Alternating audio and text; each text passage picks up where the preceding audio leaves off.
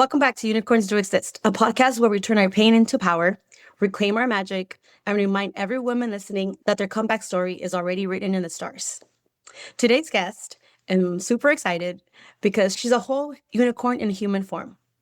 She's an Italian-Bengali woman living in Montreal, a corporate finance professional, a mentor, blogger, YouTuber, self-published author, and speaker, and the co-chair of Women in Leadership.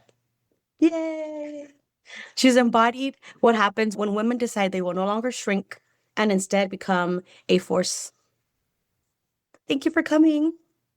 Thank you for having me, Vanessa.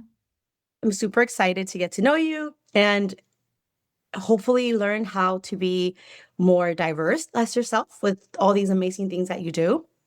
One of the questions I want to ask everybody when we start is, what makes you a unicorn? That's a very good question. Honestly, I think every single person is a uniform. I think it's just up to us to really discover ourselves and to find out the power that we have. And I think like not many people do that kind of work, like the self-reflection, the personal growth type of work to really discover every bit of ourselves. And I think that I did enough work to really find out a little bit about who I am as a person, the person that I want to be in the future, the person that I want to represent in the world. And so I think that's why I'm a unicorn. I think every single one of us, it's the unique in our own ways. It's just about finding out how much value, find out the value that we can bring to the world. The way I put it is, you're magic. Everyone has their magic inside them. You just have to find it. And a lot of times life will want to hide that from yourself, but you got to do the work. Oh, I love it. Yes, It's awesome. So you come exactly. from a multicultural background, so Italian and Bengali. Can you tell me a little bit about that? Oh, okay. So basically, I was born and raised in Italy, and both of my parents are from Bangladesh. And so that's what makes me a third culture kid. I don't know if you're familiar with the concept of third culture kid. Basically, it's someone who has spent most of their development years in a country or in a culture completely different from their parents' homeland. So that's how it makes me a third culture kid. And I have lived most of my life in Italy.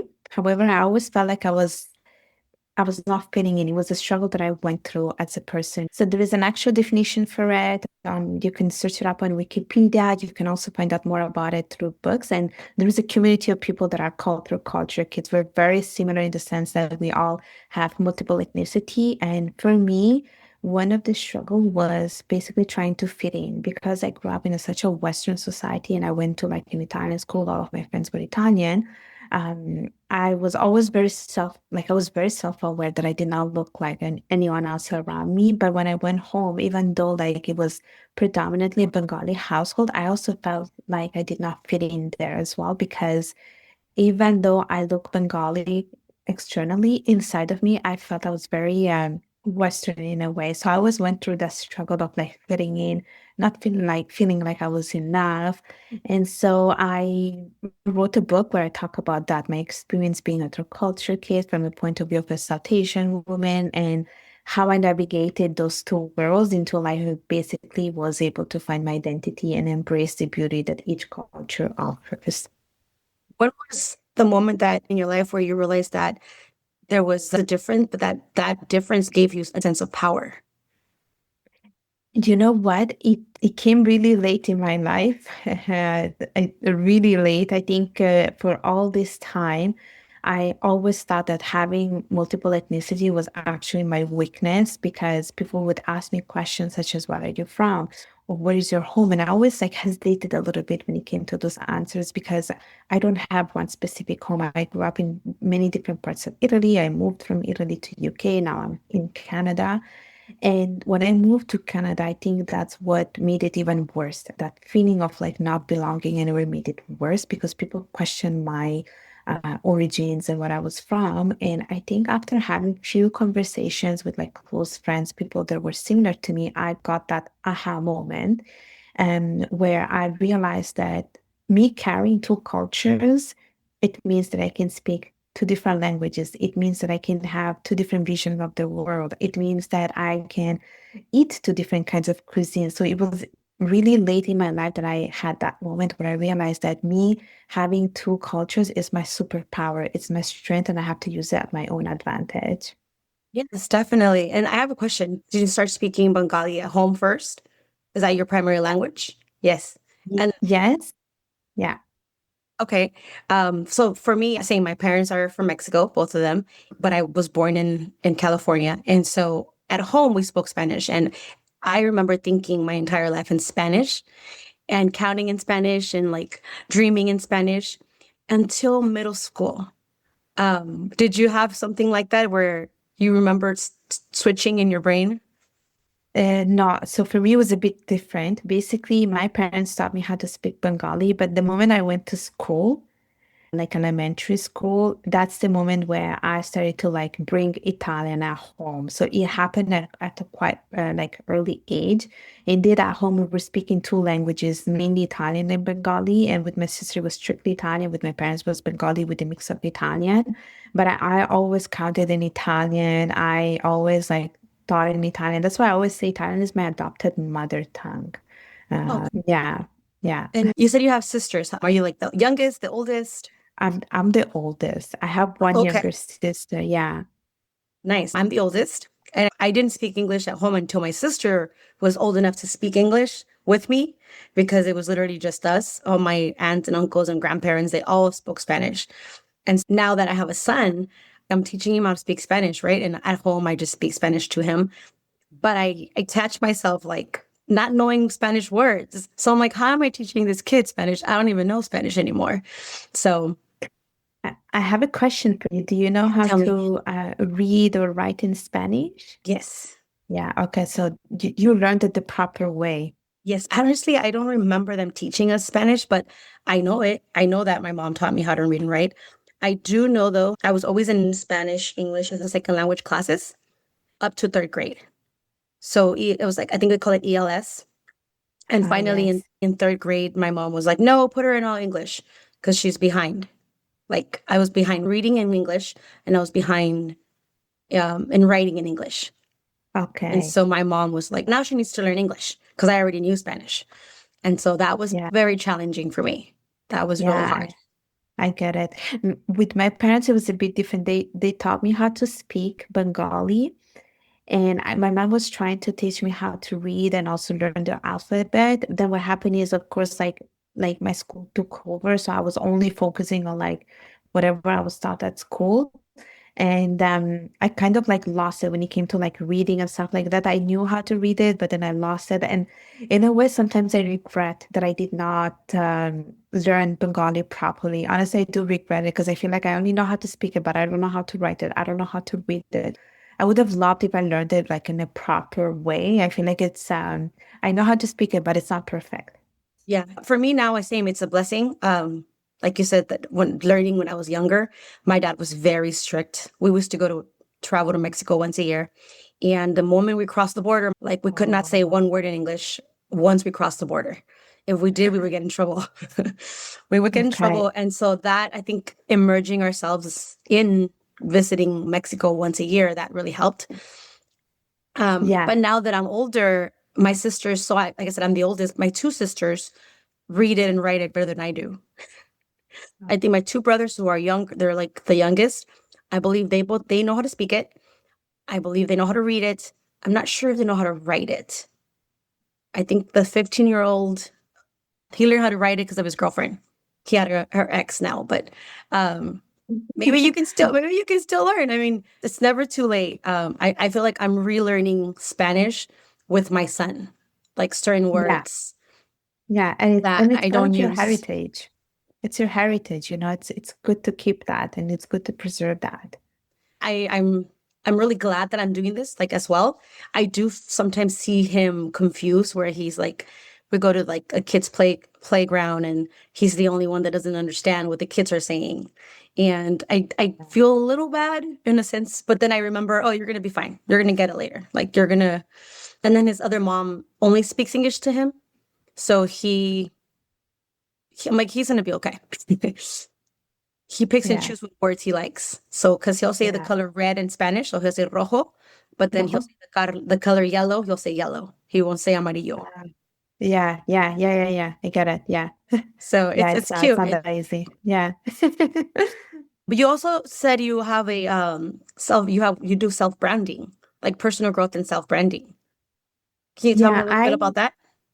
Yeah, I do a lot of things that are related to my own personal growth. Like I like to believe in the idea that we are our biggest asset and that we should take time to invest in ourselves. And I did not realize that by investing in myself, I established an online presence. I think I also established my own brand too. Like when people like look me up, they know what I stand for. You know, women in leadership, a woman in finance, a woman who loves boxing. Like I feel like I unconsciously did that. That's what happened as I started to get out of my comfort zone. And I do love the idea of trying new things, very adventurous, and that's how I like to describe myself. Like I'm always like in the search for the next thing. I always want to try things, and I love learning. I think that there is never an end to learning. I think we can continue learning for the rest of our lives. So I take classes. I'm always like reading books, listening to podcasts, trying different things. Like I'm gonna go next week into like a soap making workshop. Like I like to really get outside of that comfort zone and try the unthinkable, basically. That's the kind of person I am. Yeah. Are you an Aquarius by any chance? When's your birthday? No, I'm not an Aquarius. I was gonna I'm say, because not. that sounds like a typical Aquarius that is just, I'm not. when's your I birthday? make you. It's in August. I'm Leo. I'm a proud You're a Leo. Leo. Oh, I'm a proud Leo. that's awesome. Okay. My mom's a Leo. I'm an Aquarius, but I'm Okay. so in a sense, for me, it's I get bored easily. And so I'm like, what's next? What's next? What's next? But it also makes me learn so many things, like the podcast, fitness, and all that. I just want to learn something, dancing, anything that I can learn, I will do it. Yeah, That's why. I'm very into like creative stuff and making things and seeing the results of my creation. I'm very much into those things. Like few weeks ago, I invited a friend and we made like homemade gnocchi. I don't make pasta at home. Usually like I typically buy it, but we made like homemade food, and I like to tap into those things, even though I might not be good, even though the outcome might not be good. But I like the idea of trying, and I easily get Yeah. bored as well. Like I always have to do something.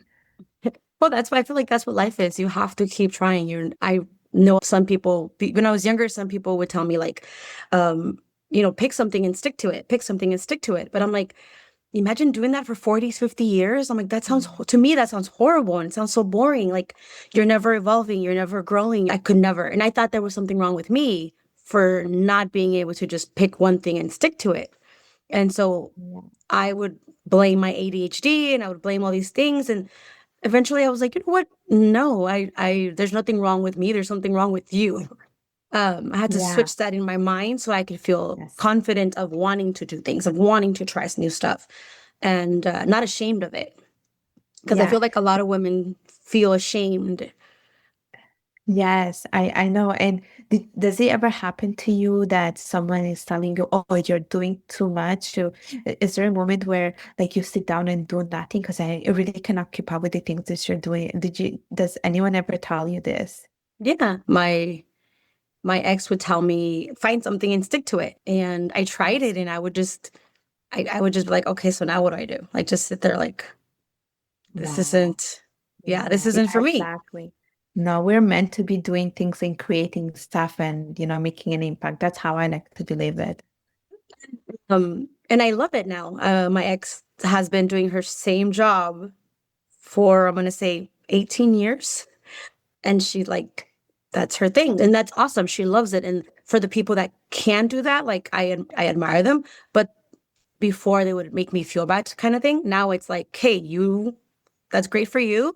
This is great for me. Like there's nothing wrong with me either. And understanding that really gave me the permission to like try like the podcast, like do more things, like get myself out of that shell and be pushed beyond your comfort zone.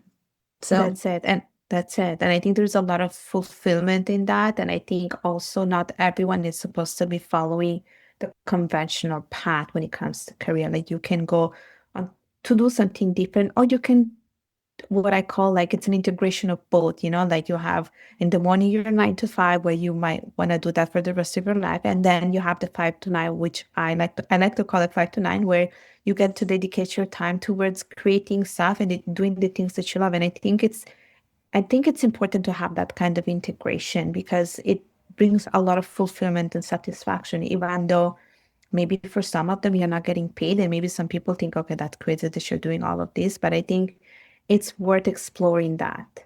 Yeah. Yeah, I like how you said it. It's your creative outlook. It's what keeps you, um, it keeps like your joy inside you so that you can do your 9 to 5 with a smile on your face, without feeling drained or burnt out, like a lot of people say. Um, Yeah. I had a question that I think is really good. What is something you had to unlearn about success in order to grow into the version of yourself? Something that I had to unlearn is that you get to decide on the definition of success, and that success is very subjective. Like when it comes to like defining the word success, it's very, very subjective. I used to think that there was one definition of success, which is you finish school, start working, get those promotion, make high salary, buy that house, buy that car. But then I was like, no, no, no, no, no. That's not success. This is what all generations told us. They told us this is what the definition of success is. Now I like to believe that success is what you feel is Nice. right for you and it's what makes you happy. I think that's what it is. I think success is really related to this whole concept of happiness and fulfillment and satisfaction. Yes. Because there's so many people that have the house and have the money and have the car, but they're so lonely and mm, honestly And miserable. miserable. Someone came to say hi. You're a speaker and a mentor also for other women, right? What would be your advice for a woman who had an idea of what her life would be? Like the house, the baby, and out of nowhere, it's just gone. How can they rebrand themselves? Or what would be your advice for them to, well, they have to start over. They're starting over. Yeah, I think it's all about the concept of like reinventing yourself. And I always have this conversation with a lot of other women, and I think it's never too late to restart. And you can restart from where you are right now. It's really about tweaking some parts of your life and having that awareness that, having a house is not always everything. Having a car is not always having everything. And I think you have to do a lot of an inner work where you can really start to realize what's more important for you in your life and how you can prioritize those things. And I think that when you are basically talking with other women and having conversation, this is where the whole mentoring element comes in. I think you start to have like ideas in your mind on how you can like rechange that, how you can change the focus in your life. And I think it's important because as a woman, I feel like sometimes we're so stuck into that whole definition of success that we have to just have it all done, being perfect for our family, making sure that everyone is happy. But sometimes we forget that we are also human beings and it's okay to like be compassionate towards ourselves. And it's also okay to, take a break and reinvent ourselves. And I think talking with trusted people and sharing your ideas and having people that are actually cheering for you, I think it's a way that you can start making changes. And it just has to start with a very small step. It doesn't have to be anything major. It just tiny small steps. Start from there and then see where that brings you. Comfort zone. I think community makes a huge part in that, especially for the woman that, like, for example, you were just at home and that was your job and that's all you did. Now you got to go and find, like I said, new hobbies, new people, a new little tribe. Yesterday, I went to a women's business empowerment Uh-huh. kind of thing. Like it's like a mixture. And I've never done that before. I was always very like scared to even leave my house sometimes.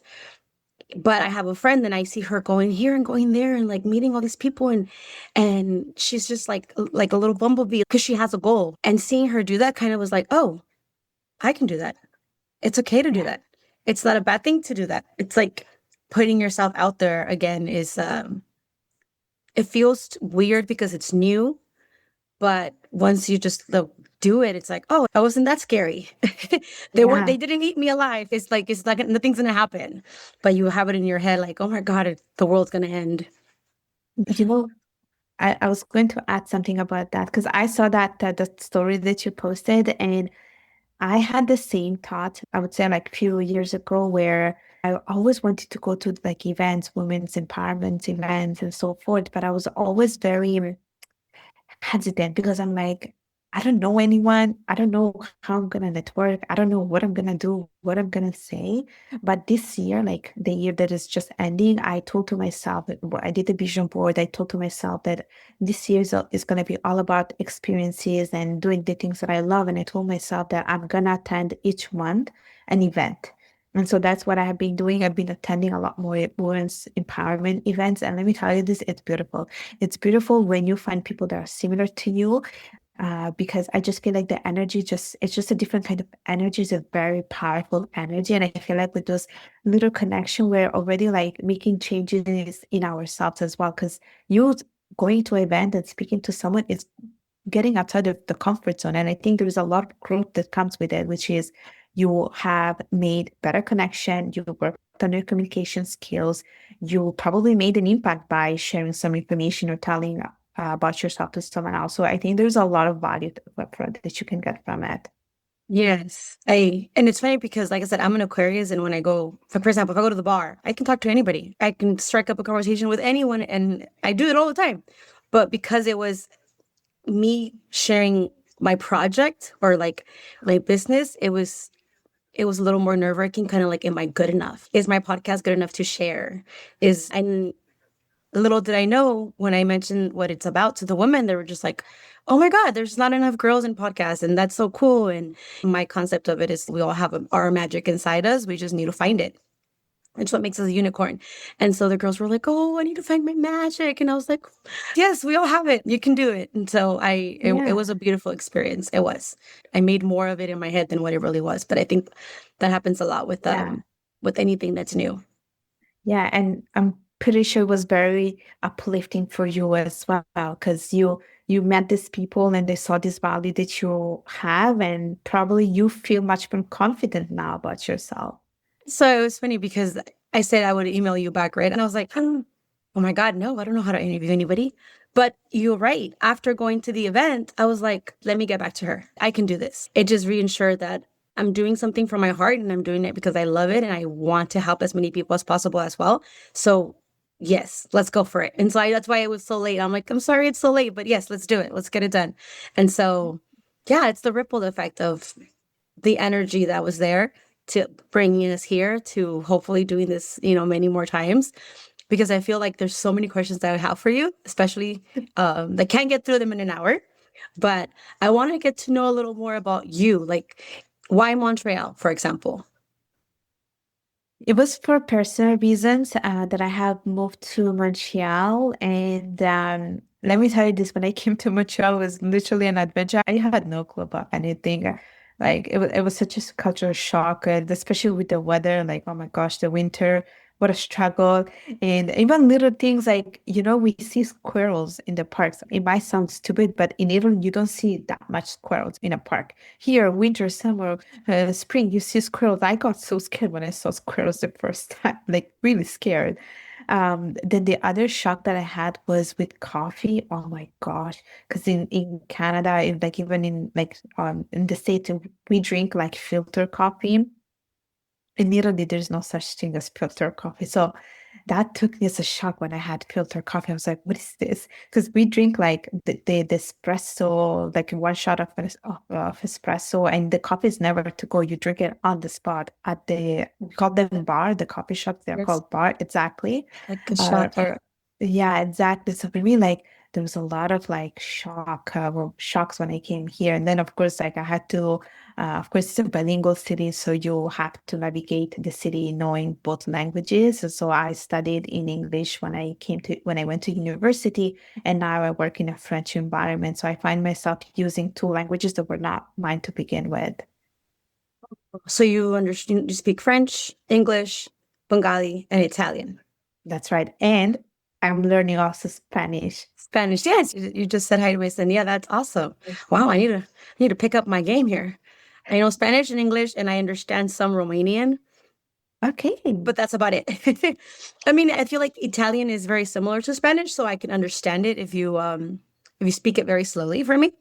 But that's awesome. Like learning all those languages. Did you know that is also very similar to Romania? Oh, really? No, I didn't know that. Yes, yes, Yeah, yes. I did not know that. So But there you go. Maybe I'll just stick to all these little languages that are some familiar. For sure, yeah. not any Chinese yet. Not yet. And you have one sister, just one. One You're the sister, one younger oldest. sister. Yeah, I'm the Uh, oldest. how was it being the oldest? A lot of you know what, you have a lot of expectation when you are the older sister and you have to lead by example. You have to keep up with the reputation. You always have to make sure that everything is perfect. It's a lot of pressure, let me tell you this. And I'm also the oldest on my dad's side in terms of the cousins. So I had even more pressure. And when I was growing up in the Bengali community, I was the oldest too. So imagine. Wow, yes. Everybody was looking at you, especially from what I know is like they're very strict and they want you to be super successful on top of it because you're the oldest. And Yeah, everyone. exactly. And there is a hierarchy. There's the structure, there is a hierarchy. And I remember always, like I would hear all the aunties, we call them aunties, like all my mom's friends always saying, oh, to their kids, okay, look at Urmi, like she's doing all of these things, she's great. Like I did not like that. I didn't like having other kids look at me because I felt like it was too much on them as well, that they always had to be this at the same standard as me. So I did not really like that, honestly.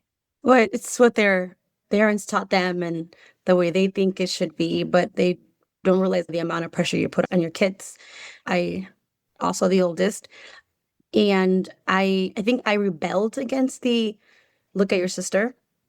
So I would misbehave a little more than like the everyone else, so that they would just be like, okay, don't look at Vanessa.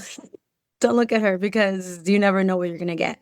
And for me, it was more like I also became like an honorary parent for my parents because they, in the beginning, they didn't speak English, right? And so it was like, what does this say? What does that say? Call this person, call that person, or what is your teacher talking about? The doctor's appointments and things like that. Like growing up, we had to do all that. Like I had to do all that for my mother Yes. and for my dad, or what does this letter say? And she got good at it in English. And for a period of time, she didn't need me to do it, which is kind of weird, or anyone to do it. She handled everything on her own. And I was like, yeah, go, mom. But then out of nowhere, now she's calling again because I live closer. I think it might be that. And can you come read this letter for me? I'm like, who's been reading the letters for you lately? She's like, oh, but it's easier now that you're here. So like they rely on it. Yes, so it's the same. We had the same experience growing up. It wasn't my dad so much; it was my mom because my mom she was always home. She was a housewife. She always stayed at home, and of course she moved from Bangladesh to Italy. And what happened is she would use me and my sister as the translators. So we would go to the doctor, so we would translate things. We would go to the grocery, we would translate things. But she was quite good, even though she didn't know the language. Like when she would go grocery she would just say things like, how much is this? And then she would understand it. But if it was about having a conversation, she never really learned Italian. So I think what they have done, it was very courageous. Like moving to a completely different country where you have no ties, you know, no one, you know nothing. It's very, very courageous. But I know that they relied a lot on me and my sister to translate things. I know that when my dad would go to, let's say, the notary, he would need me to go with him because he wouldn't understand everything. So yeah, I also played that kind of role. What do you miss the most from Italy? The food. This, there's not a lot of Italian places in. Well, even I think even if there is, they're probably not authentic, right? You know what? I'm quite lucky to say that there is a big Italian community. And I'm quite lucky to find my Italian grocery store. There's this particular store that imports food from Italy, so I'm always there to buy my food. And every time I'm going to like Little Italy or to these Italian places, my Italian side comes out. I start speaking Italian, and that's when I feel like I'm home now. That's so cool. Ah, so you have your little stats. Yes. Oh, that's cute. I love it. For me, my Spanish only comes out either when I'm angry or when I'm drunk now. Yeah, it's me when I'm angry, my whole Italian side just comes out. I'm like, it comes out better when I'm saying in Italian. You know what I mean? Like, Yes. My ex didn't speak Spanish when I met her. So when I would ever get angry, she would just be like, I don't even know what you're saying. And then that would get me more mad because I'm like, oh, I wish you understood what I'm saying because I'm telling you off right now. But she gets things here and there, but I think it's funny. It's a good thing she didn't understand. If not, the fights were probably would be worse. yes, Uh, I get it. and so your book that you published, tell me a little bit more of that. You said it's based on your, Yeah, it's based on my childhood and teenagehood. And basically, I talk about my life in Italy and what it was for me to grow up in between two cultures. And I talk about it a lot from a perspective of a girl and a South Asian woman. And I'm talking about these little things that maybe looks not normal. For people, it might look normal, but perhaps for some others not.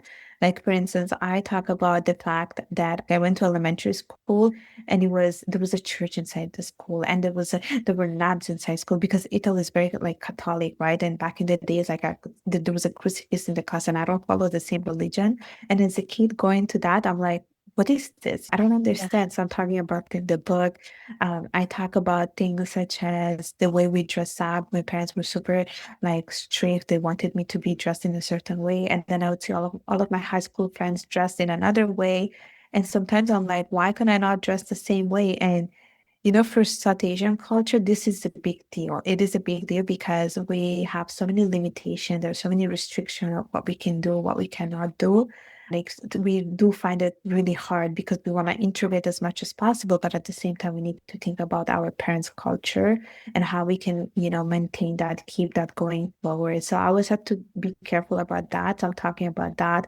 I talk about what it means to be the older sister and getting so much pressure from the parents. I talk about how it was for me to like spend my afternoon, meaning that I was never allowed to go out because there was a fear that I was going to become too Italian, or I would start doing things that other people do, drinking, smoking, and stuff like that. So there is that because everything is around the perception that people get about you when it comes, like when you think about South Asian culture, you always have to think about what will people think. There's an actual expression, and you always have to be careful because you don't want to create a negative perception, and reputation is everything.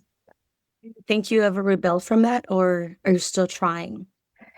You know what? I was the typical obedient girl.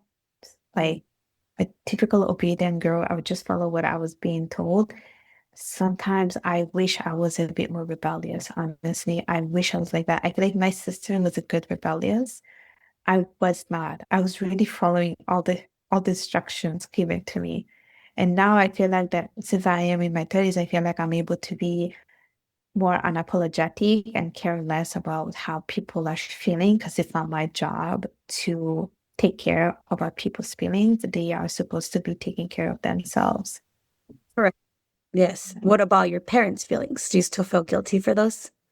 For some things I do. Unfortunately, I do for some things, but I also have to protect my energy at the same time.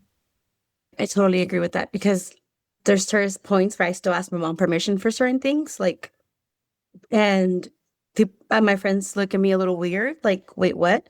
And I've come to understand that it's not so much of a fear. I think I want to give her that respect. So for Yeah. me, I had to switch it where I'm not scared of you. I could do it if I want to, but I love you and I respect you. I do limit the things I say, the way I present myself. Like you said, I went to Puerto Rico with my sister and were dancing de perreo, like they're like, let's a perrear.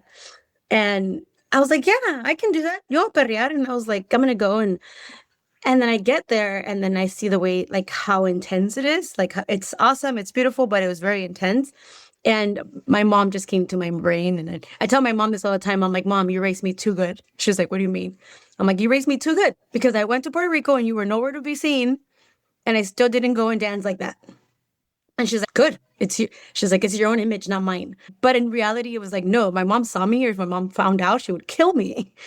Yeah. So it's like that. I still carry that with me sometimes. And you're right. I'm like, I'm 38 and why? Why? But I think my mom she's grown with us, like with my sisters and us, that she allows us to be more independent and be ourselves. Hmm. Because I think the ultimate, for my family, the ultimate fuck it was me coming out, like as a lesbian, Oh.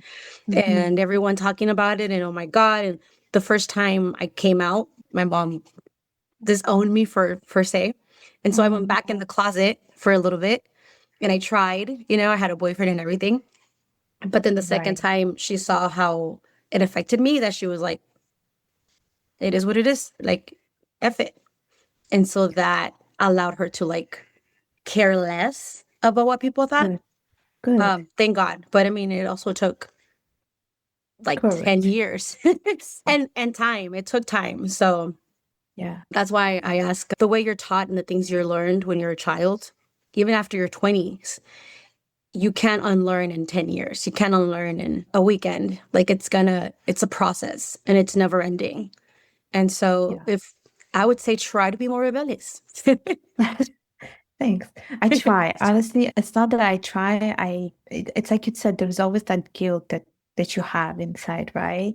You want to do certain things, but then you keep thinking about your parents and you don't want to disappoint anyone. You don't want to disappoint people around you. And it's the way we're raised, unfortunately. Hmm. Like I think there's so much pressure to us also not being the oldest siblings, but us being a woman. I think there's so much pressure to always have to reach that level of perfectionism, And I'm like, Yeah. I can't do that. What I've practiced lately, if I truly want to do this, for example, anything, like if I want to go on a date with a certain person, and maybe I have like, oh, maybe I shouldn't. My mom will say something or someone will say something. I'm like, well, am I hurting anybody? No. Anyone that's paying my bills? No. So then I kind of like question my own thought, like, is it really bad? Well, and then I answer myself, could you live with it if like my son found out? And Oh then my if the God. answer is yes, then okay, I'm going to do it because like you said, it's just the conditioning that I've had Yeah. versus if somebody said, go be a stripper or something. Well, no, that's honestly something I wouldn't do it because why? I value myself differently. Not saying they're not valuable, but I value myself differently. And with one of my question is, would I be okay if my son found out? The answer is still no. So I'm like, okay, so that's something I wouldn't do. Kind of like my own process of unconditioning myself. Yeah. I think that's a very good method, honestly. It's a good thought process to come up to a decision. And I think it's a good way to like uncondition yourself and thinking about like how it will affect some people around me, how it will affect your son. And I think it's a very, very good practice. I've read something about that because I was taking like it's like in law because we have to take law classes and they talk about it when you have to make a decision and they talk about okay, think about how people around you will they were talking about ethics. This is what they were talking about. They were talking about ethics. And they were saying like if you are facing an ethical dilemma, these are some ways that you can really come up with a solution. And they were talking about what you have just said, like how will someone around me feel about it? They were thinking what will be the consequences in the society. So that was the way they were coming up with the solution, and it's very similar to what you have just mentioned. Yeah. Yeah, even though I didn't have children, when I started thinking this way, I always felt like, what if I do? And maybe it's not going to hurt me right now because I'm Yeah. young and single and I have no kids. But in 10 years, if it came out, will I be okay with it? And that's when Yeah. I would kind of prevent myself.